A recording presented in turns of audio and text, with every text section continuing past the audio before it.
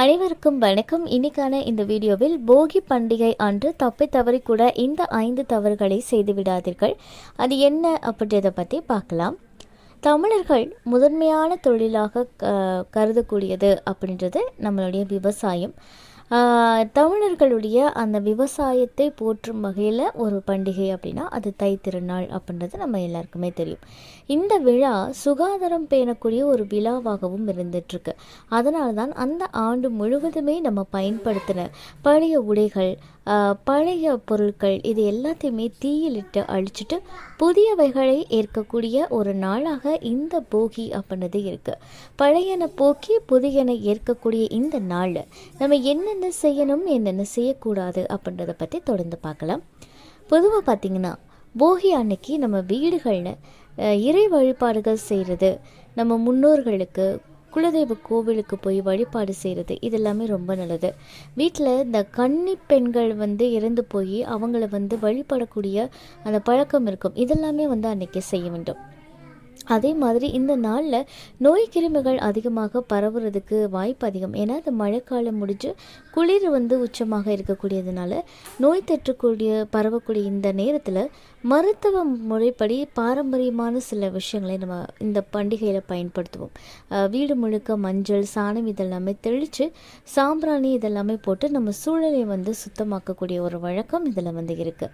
அதே மாதிரி காப்பு கட்டு சடங்கு இதெல்லாம் செய்யணும். வீட்டு வாசலில் பின் வாசலில் மூலிகை காப்பான்களை கட்டி வைக்கலாம். இதில் பார்த்திங்கன்னா மாவிளை, நொச்சி, வேம்பு, ஆவாரம், மஞ்சள் கொத்து, சிறுபிழை, தும்பை, பிரண்டை, துளசி இதெல்லாமே வச்சு கட்டுவாங்க. இது ஒரு நோய் தடுப்பானாகவும் இருக்கக்கூடியதாக இருக்குது. இந்த நாளில் இந்த பழைய ஓலை சுவடிகளை எடுத்து அந்த சிதைந்த ஏடுகள் எல்லாம் நீக்கிட்டு புதிய ஏடுகள் எல்லாம் சேர்க்கிறது அப்படின்றது ரொம்ப நல்லது. அதே மாதிரி இந்த சிறுதானியங்கள், பருப்பு வகைகள் இதெல்லாமே வச்சு நிலை பொங்கல் அப்படின்னு சொல்லுவாங்க. அதை நம்ம குலசாமிகளுக்கு, கன்னி தெய்வங்களுக்கு இந்த நாளில் செய்ய வேண்டும்.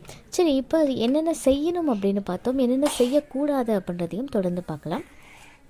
போகி அன்னைக்கு சில பேர் பார்த்திங்கன்னா வெள்ளை அடித்து வீட்டை சுத்தப்படுத்துவாங்க.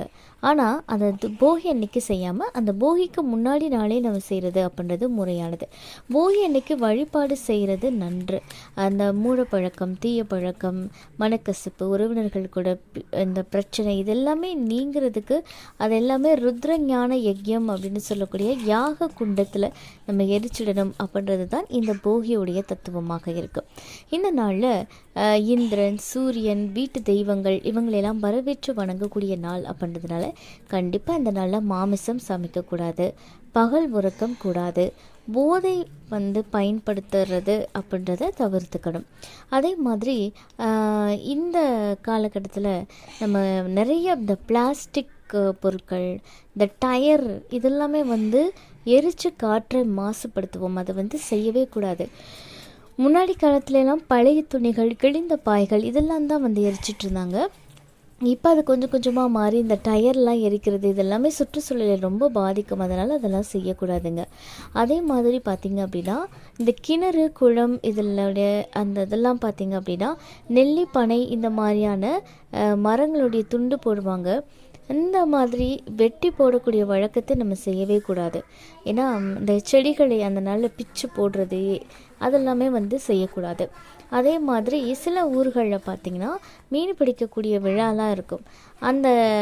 ஆனால் அந்த ஏரியை அழித்து மீன் பிடிக்கிறோம் அப்படின்ற பேரில் அந்த தண்ணியெல்லாம் வெளியே இறைச்சிடுறது அப்படின்றதும் தவறான செயலாக பார்க்கப்படுறதுனால இதை எல்லாமே அந்த போகி நாளில் நம்ம தவிர்த்துக்கிறது அப்படின்றது ரொம்ப நல்லது.